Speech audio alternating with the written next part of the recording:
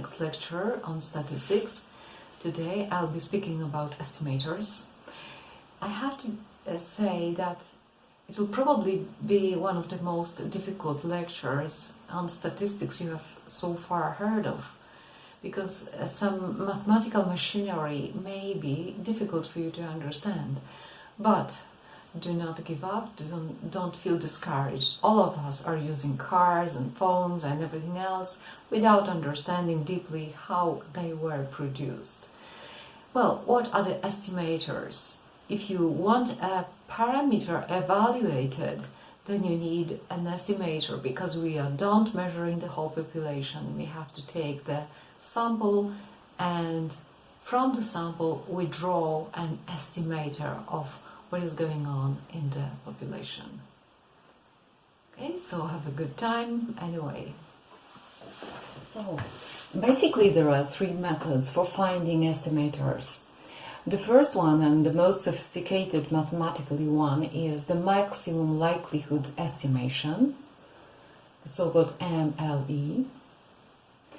The second is moments method.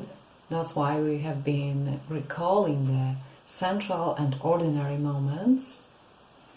And third method is quantiles method. And let us also recall the notion of the estimator. So it is a statistic, which means practically a function defined on a sample, which is used to estimate population's parameters values.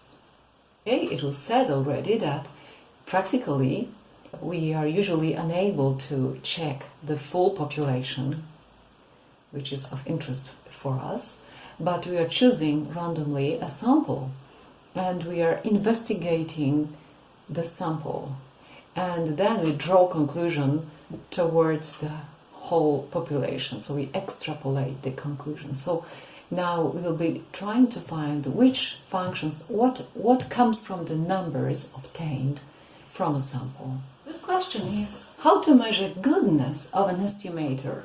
So we have the following characteristics. First of all, the good estimator should be unbiased.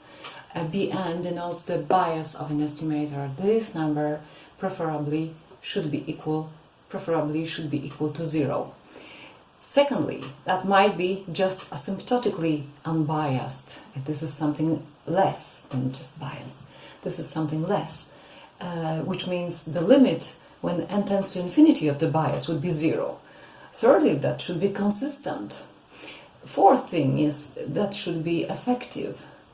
Effective means with the smallest possible variance, and it occurs, and we state the Rao-Kramer theorem, that there are no estimators of 0 variance, but there is a possibly smallest variance, and those estimators which attain this smallest variance are called effective. And we had an example. If you consider a sample and find its mean, this is the effective estimator of mean of the population. Whenever the population is normal with parameters mu and sigma squared, where sigma squared, the variance, is known.